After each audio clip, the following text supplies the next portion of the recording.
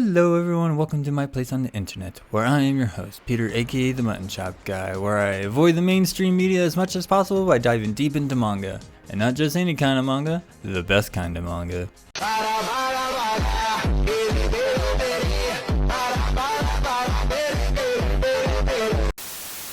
So I certainly hope you guys enjoyed your lovely holiday break. I took the holidays off, as every content creator should, because they should actually go spend time with friends and family and also go outside to touch some grass, because we all need to be in reality for a good amount of time, because I think we spend too much time on the internet.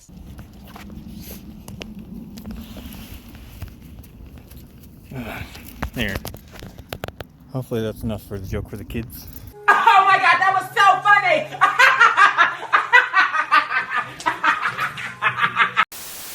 For those who don't know yet, which would not surprise me because I don't think a lot of people actually know, I do have a second channel, which I did make a video for it on there that you can go check out right over here.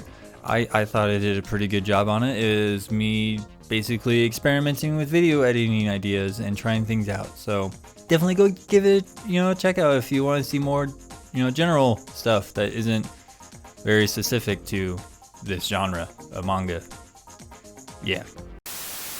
Alrighty, so what is it this time around that I want to talk about? Well, there's this lovely manga that somebody has recommended to me, which you see up on screen.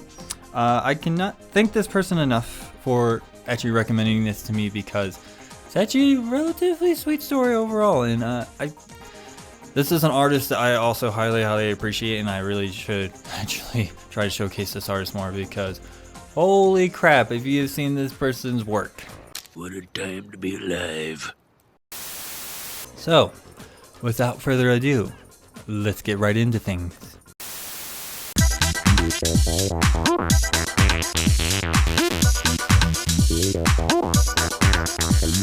We open on a clear night in a small town, and our main man, Yoshijiro, is hearing two people be very loud. Thinking that it's his older brother and his wife, Yoshijiro listens in, as you can clearly see why it has his attention. No, I can see them. When suddenly, his brother, Seizou, appears behind him and startles him, asking what Yoshijiro is doing at this time of night.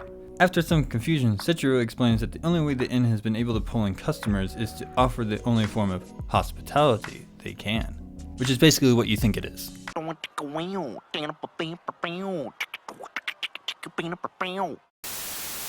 Seizou tells him to put his thing away and go back to bed, which he does after taking care of himself, and his brother's catching him doing so. Man, if any of my family members caught me doing anything like this, I would have been drawn and quartered for it. Well, different cultures, I guess. Anyway, the next day, Yoshijiro is doing his usual chores for the inn when Seizou returns with bad news. Ichiko, the sister-in-law and landlady of the inn, has ran away from home. What? I knew it. Stop letting him make you realize stuff.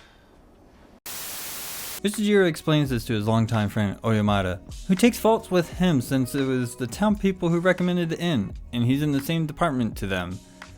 I don't know how you can take blame for a series of transactions that has nothing to do with you, but sure, I guess. Turns out that this isn't the first time that she ran off. Gee, I wonder why. Well, Yoshijiro says it's his brother's fault for the previous times, and knowing what hospitality they offer at the inn, can't blame Michiko for her decision.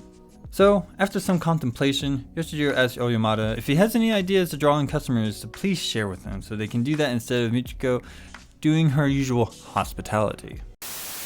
A few days later, Yoshijiro is speaking with his brother about the dire situation that they're in when a representative from a bigger tourist group arrives, named Abe.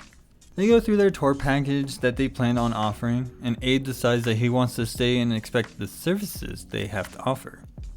I wonder what he's referring to. Seizou explains that the landlady is gone and that he doesn't have a little sister to offer her services. Wait, what? You think your little sister is just gonna go along with... No, Peter, remember this is a different culture and these are old customs from a different place and time than yours. It's not your place to judge. So Abe acknowledges these old customs, but he has different plans in mind. Trying to listen in, Yoshijiro sees his brother, who then tells him that the fate of their own town and their inn rests on his shoulders. Confused, he asks what he means, but doesn't get a clear response from Seizou, who just then leaves so Yoshijiro can do what he needs to do, and promises he won't tell anyone about this. Still not sure what his brother meant, he continues doing his duties to accommodate his guest, Abe. Really? You haven't figured that what he meant? Let it go, Peter. He's 25. You were dumb at that age too.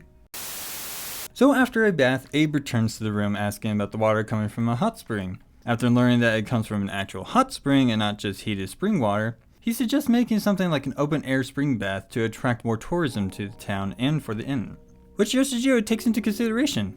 Then Abe proceeds with asking Yoshijiro if he usually takes care of the hospitalities of the inn, and pulling his pants down. Yoshijiro then figures out what his brother meant. Oh, really? Now you figure it out? And you pretty much knows what happens from here. Afterwards, Yoshijiro is left mad at his brother about the predicament he found himself in. This is the story of My Hometown Hospitality. What follows is a very well-crafted story that has a swath of brevity, wit, humor, and a dash of kinkiness to round it all off. This story interweaves all these elements to create a rather interesting narrative for a young man who, through a series of dubious circumstances, learns about his sexuality while saving his family's inn from closing down and finding love in unexpected places.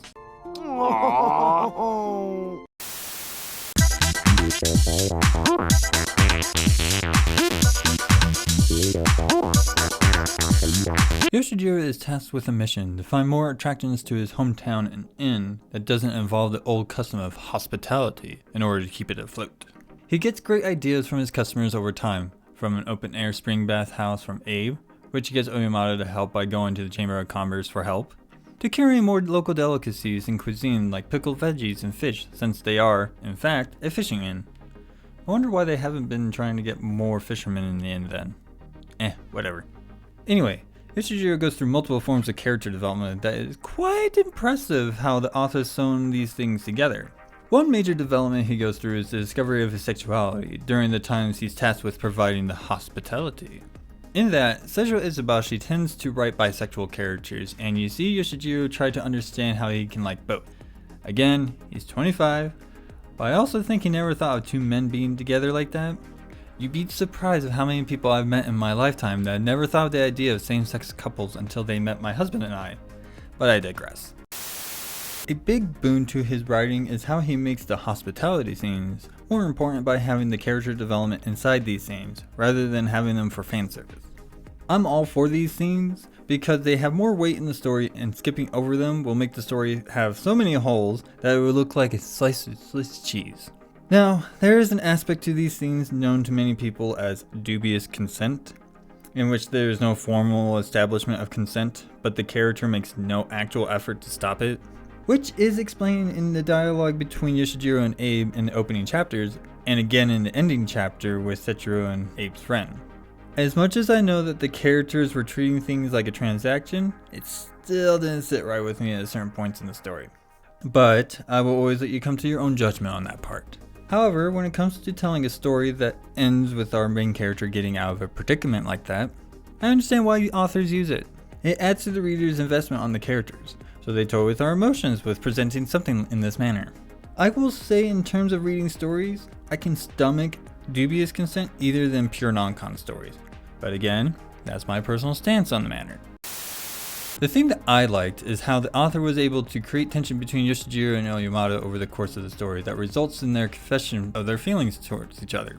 This was done well even if it used all the classic anime and manga tropes of the shonen shoujo genres to pull it off. I know a lot of people may find this exhausting, but since this is a shorter story than most of those stories, you actually feel a proper pace with the setup and payoff of these tropes. So this acts as a proper model for how one should go about them. The other highlight I need to point out is how well the comedy and the serious parts are well balanced. I mean, the beginning is a pretty hilarious scene while also giving some exposition. I also totally relate to this part when they're attending a festival, Yoshijiro being picked on for his time as a teenager and hitting his brother's friend with what I can only deduce as a beer keg. But please correct me if I'm wrong, like I always am. I also love the parts when they remark about Yoshijiro's, youth. Because he's young, get it? No, wait, please don't turn off the video. There's a lot of nuanced details in this story that I wouldn't do it justice by summarizing it. But the more I read this manga, the more details I find within the pages that I haven't noticed at first. Some more obvious than others, but all have equal weight in the story. Like when Oyamada and Yoshijiro is shown the plans of the bathhouse to Abe, and then Oyamada drops him off at the end before heading over to the town meeting. Abe even notices the tension between these two, but I also think he overheard the argument before interrupting them. You be the judge on that. Overall, this is a very strong self-contained story that carries all the wonderful elements outside of the most steamiest scenes I've read in a while. And trust me, I've read a lot. Too much for some people, but I'll let you be the judge of that.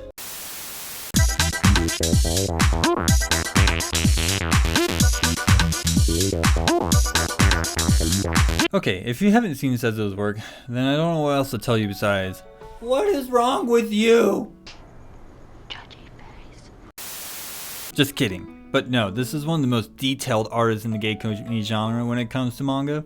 While I can't show you all of his best featured works within this manga, his character models in his catalog are some of the most distinct and stylized among the artists of the genre. One of the other major points to Seizou's character design is what I'm told is the ugly bastard or UB archetype, which I could see where they're coming from, but I only see certain traits that is common with that archetype rather than the author just using it. I mean, sure, Abe could fit in that category, and maybe Yamamoto, but I will let you decide on that. If you check out my other video on Urisin, that would be much closer to that than Seizou's makes. Plus, look at some of these guys. That's some amazing stuff right there.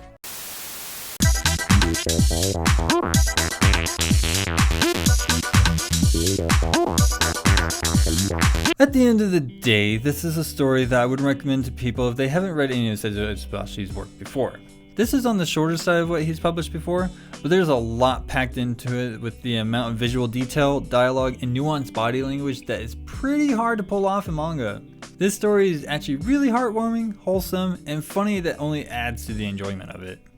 The steamy parts were great, even if I'm not a fan of the dubious nature of it, but at least it's minuscule to the entire plot. So go and check it out if you haven't yet. Alright then, I will. And that is it for my video. I certainly hope you enjoyed yourself. If you have any recommendations for me, please do not hesitate to leave them in the comment section below, just like how this one got recommended to me in a comment.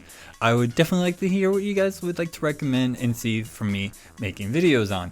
Definitely don't hesitate to go check out my second channel. Once again, it's gonna be right over here. I made a pretty good video. I thought it was pretty cool. If you want to see it, go ahead. If not, it's cool. You know, you don't have to, no obligation. But it would help me out a whole lot if the 80% of you who watch my videos who are not subscribed, just go over here and click on this little red button that says subscribe. It's absolutely for free. It won't hurt. And I don't flood your feed with a bunch of stuff, so you don't have to worry about that. But just go ahead and click on that. It helps me out a lot. You know, help out an artist. Because, you know, with YouTube's new terms of service, I'm not going to make a single dime off of this. And of course, if you want to help me out in other ways, please do not hesitate to donate to me at Ko-Fi. You'll find a link to that in the description below. Anything else, please don't hesitate to let me know. But also like and share my content. It helps me out a whole lot. I see that I'm getting steady growth even with the long periods of hiatus that I can go through, but you know, we're getting there. We're on the road to 1,000. But other than that, certainly hope you guys enjoyed yourselves, and I'll see you guys on the next one. Bye-bye.